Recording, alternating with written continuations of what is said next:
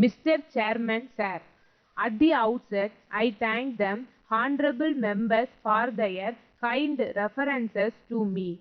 So far as the budget proposals are concerned, the main criticism was not with reference to the various items of expenditure, but that there was no need for the taxation proposals.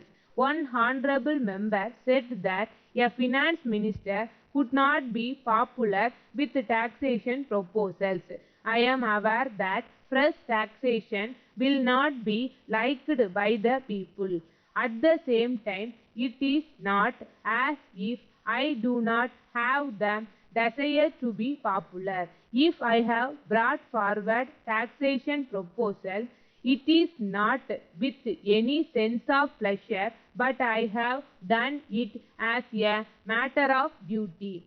It would have been easy for me to carry on the year without any fresh taxation proposals. I have no doubt about it, but we have to take a decision with regard to the objective which this government should follow in course of time. If we have to implement the 5-year plan, it is necessary for us to increase the resources. It may be asked whether it is necessary to implement the plan. In this connection, we should remember that there are a large number of people who are starving in this country. I have no doubt that they have been longing for a long time that their condition should improve. It will not be fair to tell them that it does not matter if they suffer for some more years.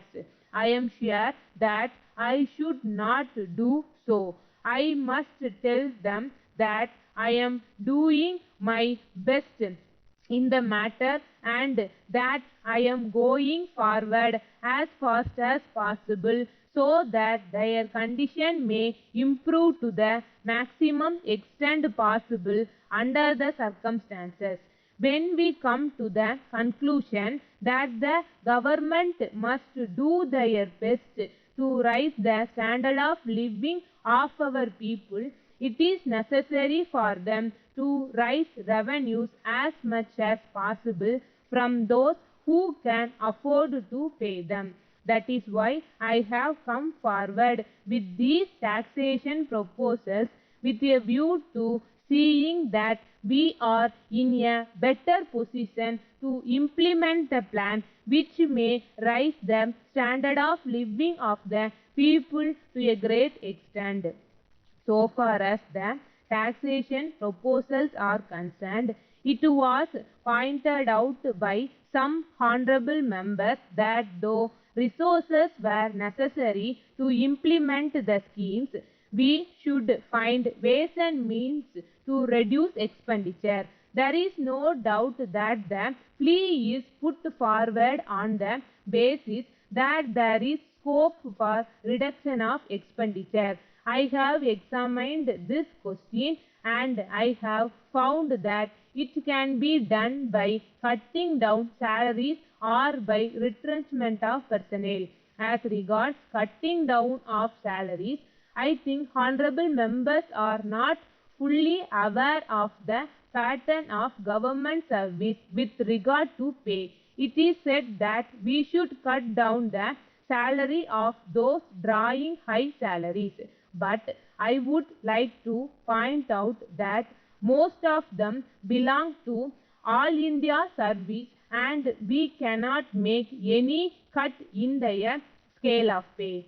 Then when we deal with the question of retrenchment, it should be borne in mind that the higher category of officers are very limited in number. It is not as if we have not tried to retrench the personnel.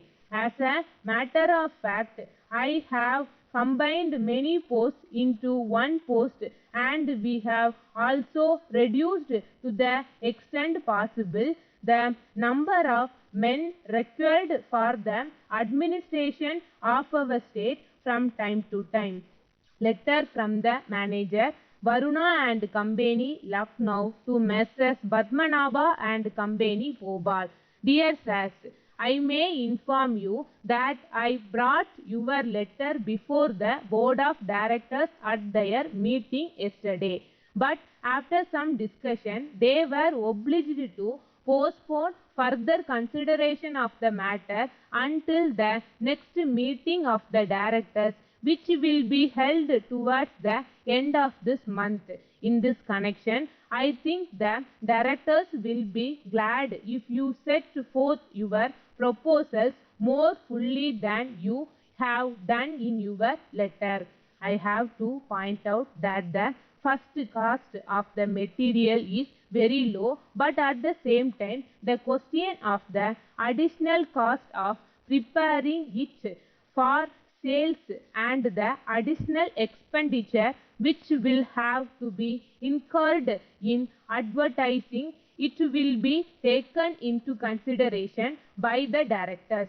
In the circumstances, if you give your estimate of the total expenditure that will have to be incurred for this purpose, it will certainly help them in coming to a decision. If you make an appointment for some day next week, I shall be glad to see you, and it is possible that I may be able to give you some further particulars in regard to the matter.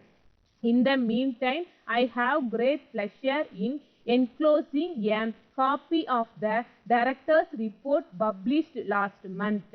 I hope to hear from you at an early date. Yours faithfully.